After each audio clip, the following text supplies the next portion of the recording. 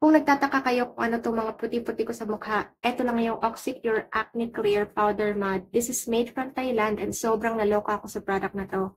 Nakilala ko 'tong product na 'to ng dahil sa kuya ko kasi ang daming-daming niyang nilalagay na puti-puti like napatanong ako, "Ano ba yung nilalagay mo sa mukha mo?" Eto Oxycure Philippines Acne Clear Powder Mud. So pagbukas ko ng drawer, ang daming stocks. Ang dami ng stocks ng Oxycure. So kumuha ko, dalawa. Una, isa. Sunod dalawa, sunod binalik-balik ko na naman siya. Nagalit na siya kasi inuubos ko daw yung Oxycure niya. So, napabili na ako. Ang mahal kasi nito sa Watsons, 99 pesos. But nung 6/6 sale is bumili ako ng isang box. Original price niya is 400 plus, but nag-down siya to 200 plus. So, I'm so happy na naka-sale yung Oxycure kasi ang mahal-mahal nga nito. Yung claims ng product na to is within 6 hours, makikita mo na yung effect sa mga active scars at active pimples ninyo. And it's really true to its claim. Kaya nga nakatatlong sachet na ako and paparating na yung box ko. Kung tagal na ng mga 1 week plus na hindi pa rin tumating yung isang box ng Oxypure. Ang kagandahan kasi nito is nakaka-lighten talaga siya ng acne scars if continuous nyo siyang ginagamit. Hindi lang isa, hindi lang dalawa, hindi tatlo. Kung naubos na yung tatlo, bumili ulit kayo kung nakitaan nyo siya ng effect. Yun kasi yung iba is pag hindi na nakita yung effect sa isa, is titigil mo na. And try na naman ibang product. So, hindi talaga nila makikita kung effective ba yung product or hindi. Diba? Aminin mo. Made in Thailand na din siya. And grabe, maluluka talaga ako pag mga products made in Thailand.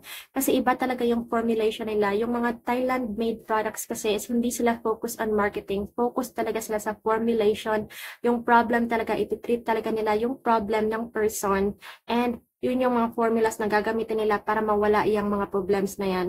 And yun nga, ito nga, 6 hours, makikita mo na yung effect. Meron ako ditong scars na sobrang pigmented talaga niya, as in dark, almost dark spot na siya. But after nga, continuous using this one, nakatatlo na ako, bumili pa ako ng isang box. Then, after continuous using of that one, is naglighten talaga siya. Kaya pinagpatuloy ko talaga siyang gamitin. 2 ways na i-apply mo siya is spot treatment. Itong ginawa ko is spot treatment siya. But wala akong pimple right now. Ito lang mga acne scars to lahat. But meron kang active pimple, i-apply mo to like padat-dat, ganito lang. And that's one way, spot treatment. Another way is face mask. Lalagay mo siya sa buong face mo, and then i-wash off mo siya kinabukasan. And ginagamit ko to every day. Meron tong niacinamide plus salicylic acid, although some people recommend na twice or 2 to 3 times a week. But depende yan sa skin ninyo. Kung nahiyang kayo, go for everyday. But hindi kayo mahiyang, or if gusto nyong i-test mo na yung skin nyo sa product, is 2 to 3 times a week. Hanggang sa masana yung skin mo sa product with niacinamide plus salicylic acid.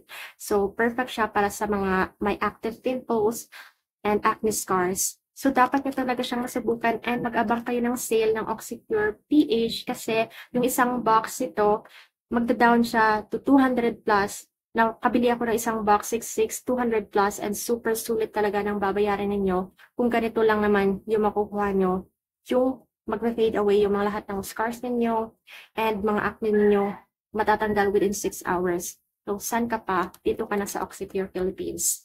Yun lang. I hope you find this video useful and start using Power Mud today. Bye!